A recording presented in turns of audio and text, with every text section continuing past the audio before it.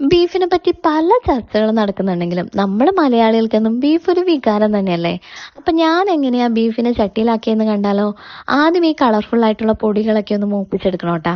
ആവശ്യത്തിന് മഞ്ഞപ്പൊടി, കാശ്മീരി ചില്ലി, മല്ലിപ്പൊടി, മീറ്റ് മസാല ഇവ ചേർത്ത് പച്ചമണം മാറും വരെ ഒന്ന് മൂപ്പിച്ചിട്ട് ഇതൊന്ന് മാറ്റി വെക്കണേ.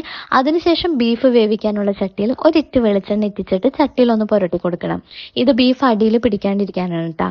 എന്നിട്ട് ഇതിലേക്ക് 1 kg ബീഫ്, ഇഞ്ചി വെളുത്തുള്ളി പേസ്റ്റ്, ആവശ്യത്തിന് സവോള, ഉപ്പ്, കറിവേപ്പില, പച്ചമുളക്, നേരത്തെ മൂപ്പിച്ച് മാറ്റിവെച്ച മസാലപ്പൊടികൾ, മോസ്റ്റ് ഇമ്പോർട്ടന്റ് തേങ്ങാക്കൊത്താണ്. എന്നിട്ട് കുറച്ച് വെള്ളം കൂടെ ചേർത്ത് നന്നായിട്ട് മിക്സ് ചെയ്ത് ഇതൊന്ന് വേവിക്കാൻ വെക്കണം.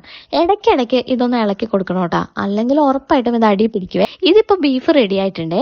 ഇനി കുറച്ച് കുരുമുളക് പൊടിയും സ്വല്പം ഗരം മസാലയും കൂടെ ചേർക്കാം. സ്പെഷ്യൽ ടേസ്റ്റ് ആണ് കേട്ടോ ഇതിന്. ഇതിപ്പോ ഒന്ന് സെറ്റ് ആയിട്ടുണ്ടേ. എന്തൊക്കെ പറഞ്ഞാലും ഇത് തുറന്നു കഴിഞ്ഞാൽ ഒരു വിവാദവും ഇല്ല, ടേസ്റ്റ് മാത്രമേ ഉള്ളൂ.